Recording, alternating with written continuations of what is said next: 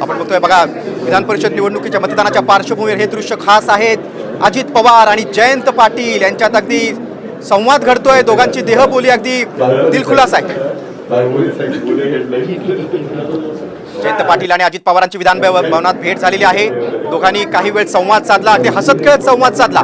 सध्याच्या राजकीय संघर्षाच्या पार्श्वभूमीवर हे चित्र खास म्हणावं लागेल.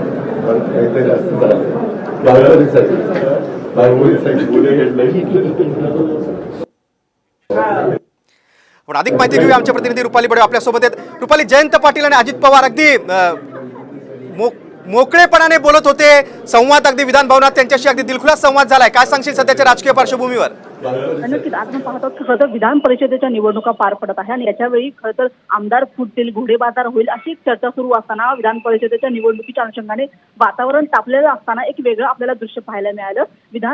खरं तर विधान भवनाच्या परिसरामध्ये अजित पवार उपमुख्यमंत्री आणि एका बाजूला जयंत पाटील जे खरं तर शरद पवार गटाचे प्रदेशाध्यक्ष आहेत, तर दोघांमधला एक मनमोकळा संवाद आपल्याला खरं तर पाहायला मिळाला. दोघांनीही एकमेकांशी खरं तर हसत मुखाने ते एकमेकांशी बोलत होते. अजित पवार आणि जयंत पाटील यांचा हात देखील पकडलेला होता. त्याच्यामुळे राजकारण एका बाजूला घडत असताना दोघांमधला जो संवाद आहे तो आता खरं तर चर्चेचा विषय ठरलेला आहे. आणि एक वेगळं दृश्य आज आपल्याला विधान परिषदेच्या निवडणुकीच्या अनुषंगाने विधान भवनामध्ये आपल्याला पाहायला मिळालेलं आहे. रुपाली, तुम्ही सविस्तर माहिती दिली त्याबद्दल धन्यवाद. या इमारतीतलं राजकारण पूर्ण बदललेलं आहे, पूर्ण बदललं. आणि आज लागणारे निकाल हे पुढल्या 4 महिन्यात नंतर लागणाऱ्या निकालाच्या भविष्यात तुम्हाला दाखवते. ही नांदी आहे. मागच्या निवडणुकीत इथून काही लोक पळून गेले. मागच्या विधान परिषदेच्या निवडणुकीनंतर ह्याच इमारतीतून, या वास्तूतून काही लोकांनी पळ काढला. आजच्या निकालानंतर कोण पळून कुठे जात आहे हे तुम्हाला संध्याकाळी कळेल. मी इतकंच सांगू शकतो की महाविकास आघाडीचे 3ही उमेदवार विजयी होतील. काँग्रेसच्या प्रज्ञा सातव, शिवसेनेचे मिलिंद नार्वेकर आणि शेका पक्षाचे भाई जयंतराव पाटील हे सुद्धा आमचेच उमेदवार आहेत. आम्ही ह्या पद्धतीनं मतदान केलेलं आहे की 3ही उमेदवार अगदी व्यवस्थित निवडून येतील आणि तुम्हाला संध्याकाळी चित्र स्पष्ट झालेलं दिसेल.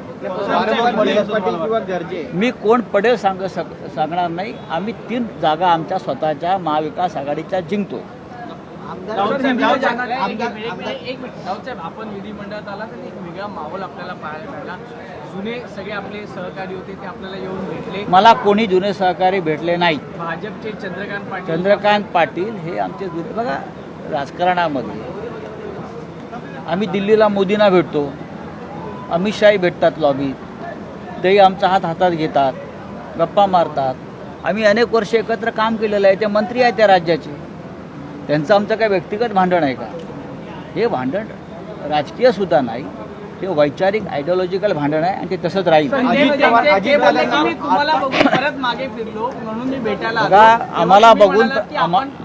आम्हाला बघून प्रत्येकाला मागे फिरावंच लागेल हे तुम्हाला संध्याकाळी दिसेल.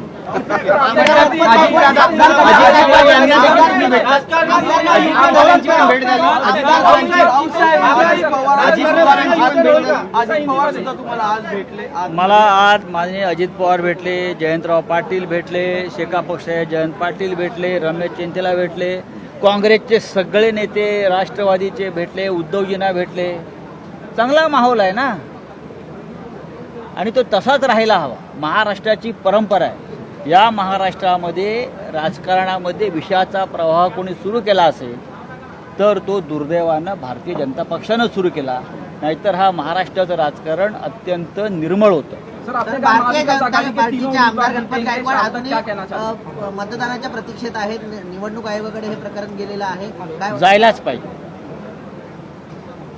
अनिल देशमुख तुरुंगात होते, त्यांना मतदानाचा अधिकार ह्याच निवडणूक आयोगानं नाकारला होता. नवाब मलिक यांनाही एकदा हा मतदान